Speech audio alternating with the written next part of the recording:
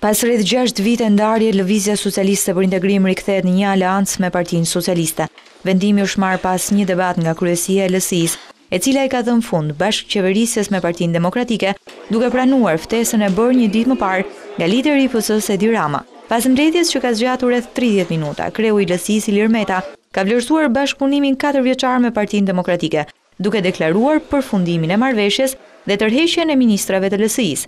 Kryesia e Lëvizjes Socialiste për Integrim vlerësoi se kjo forcë politike ka përmbushur me përgjegjësi maksimale dhe korrektesë politike të gjitha pikat e marrëveshjes saj politike të nënshkruar 4 vjet më parë me Partinë Demokratike dhe sot e konsideron këtë marrëveshje të përfunduar.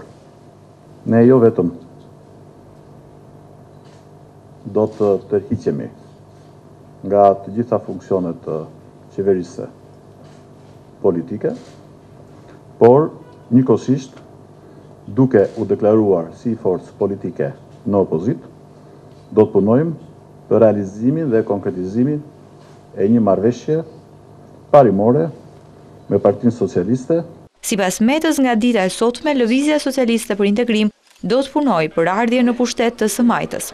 Pranimi i kësaj ftese do të thotë angazhim për realizimin e një dimensioni thelbësor në bashkëpunimin politik dhe parimor midis LSI-s dhe Partisë Socialiste për një fitore të së Majtës në 23 qershor. Meta theksoi se LSI do të punojë për miratimin e 3 ligjeve që janë vënë si kusht për statusin e vendit kandidat para se të shpërndahet parlamenti.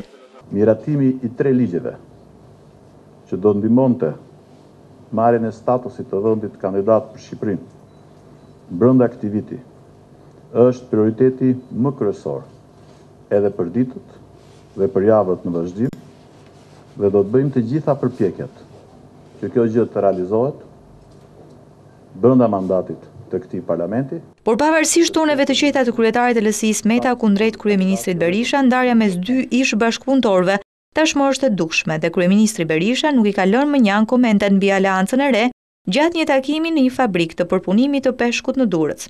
Le të ecim ne drejt mandatit të sigurt, drejt mandatit të tretë, që lam atyre njalat që unë sapo i pash poshtë. Tashmë pritet që kryeministri Berisha të emërojë 3 ministrat e rinj të kabinetit të tij që do të zvendësojnë përfaqësuesit e Lëvizjes Socialiste për Integrim.